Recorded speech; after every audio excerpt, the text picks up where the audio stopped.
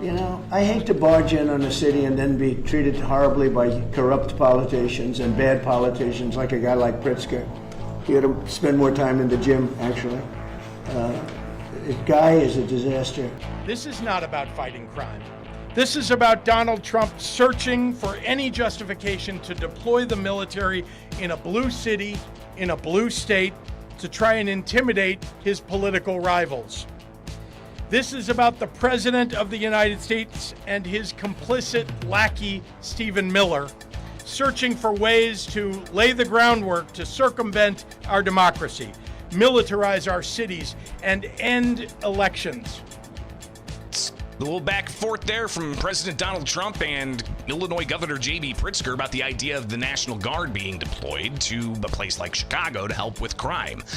Welcome back. It's Illinois in Focus Daily. I'm Greg Bishop. You can wake up with us each and every weekday morning here on YouTube with The Center Square, and you can get the headlines in your inbox. Go to thecentersquare.com, click newsletter and get it. Share it up with your friends, forward it around. It's free. So be sure to wake up with us, all right? Let's get to it. We got President Donald Trump yesterday seeming to hedge his idea of sending the National Guard to a city like Chicago. Here he is during a news conference in his Oval Office yesterday. People I watched in Illinois, Chicago, Illinois is a disaster. I have property there. It's a disaster what's going on in Chicago. And you get Pritzker, he's violating our rights. I think this is another men and women's sports thing. I think this is one of those, you know, they call them 80-20 issues. I call them 97-3. I think the Democrats better get smart. And, you know, politically, I hope they don't. But actually, in terms of love for the country, I hope they do, because it would be good to work together. So I'm thinking about, you know, when I have some slob like Pritzker criticizing us before we even go there, I made the statement that next should be Chicago, because as you all know, Chicago's a killing field right now. And they don't acknowledge it. And they say, we don't need him, freedom, freedom. He's a dictator, he's a dictator. A lot of people are saying maybe we like a dictator. I don't like a dictator. I'm not a dictator. I'm a man with great common sense, and I'm a smart person. And when I see what's happening to our cities, and then you send in troops, instead of being praised, they're saying you're trying to take over the republic.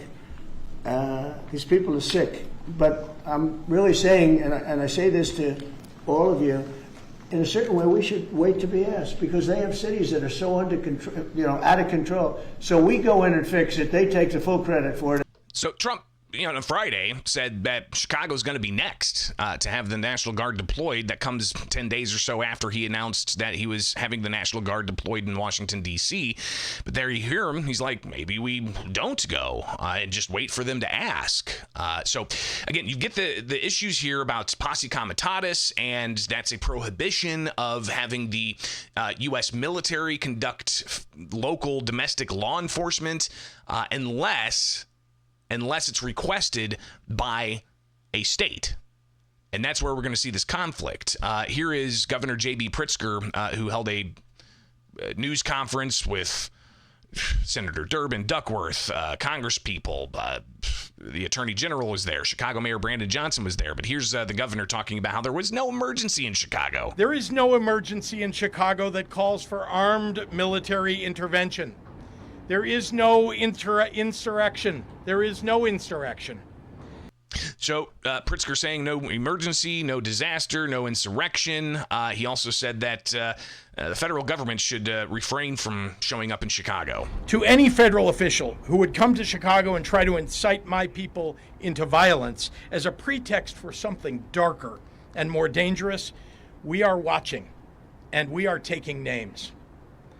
This country has survived darker periods than the one that we're going through right now, and eventually the pendulum will swing back, maybe even next year. So we're talking electoral politics then, and that was something else that Senator Dick Durbin also laid out there about the importance of getting out the vote in 2026. But back to the governor, he talked about how he has not had a call with the White House, and if he did have that call with the White House, here's what he would say. And let's fire that off. Phil, hear exactly what I said today about whether we want them in the city of Chicago. We do not want troops on the streets of the city of Chicago. Let me be clear. And if he calls me, I will tell him that directly. So the governor saying that if he does talk to Trump, he's going to say, we don't want federal troops in Chicago.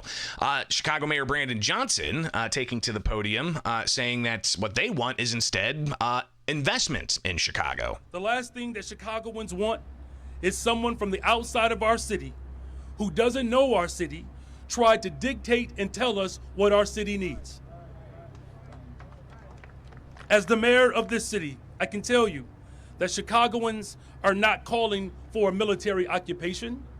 They are calling for the same thing that we've been calling for some time, and that's investment. And others got up there and talked about the need for public housing, the need for a variety of different types of investments for jobs, and to free up millions, hundreds of millions of dollars for violence interruption grants and such.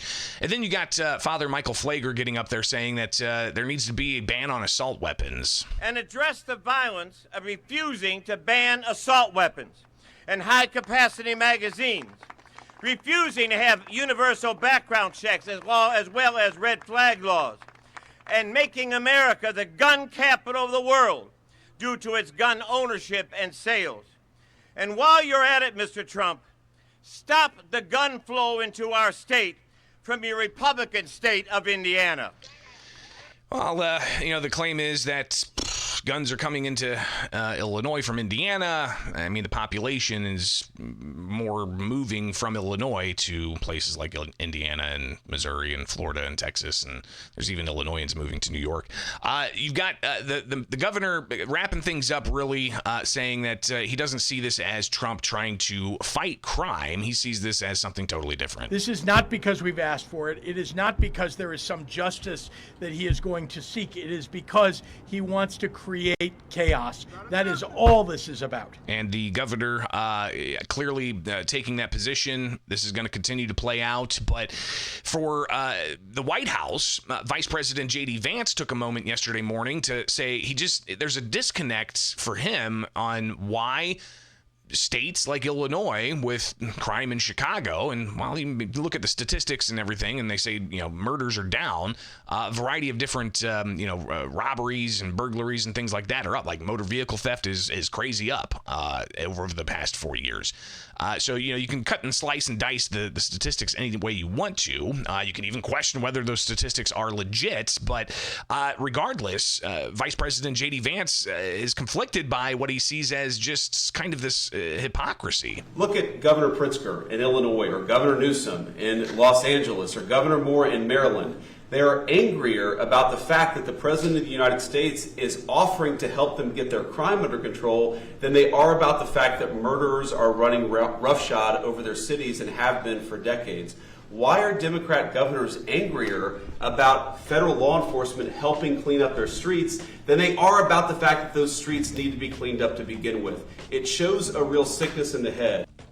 Something we'll continue to watch, as Illinois being, I believe, the only state with no cash bail statewide, and also a state where the governor is regularly critical of the president. We're going to have plenty more of this for the foreseeable future. All right, so hopefully you wake up with us here each and every weekday morning for Illinois in Focus Daily.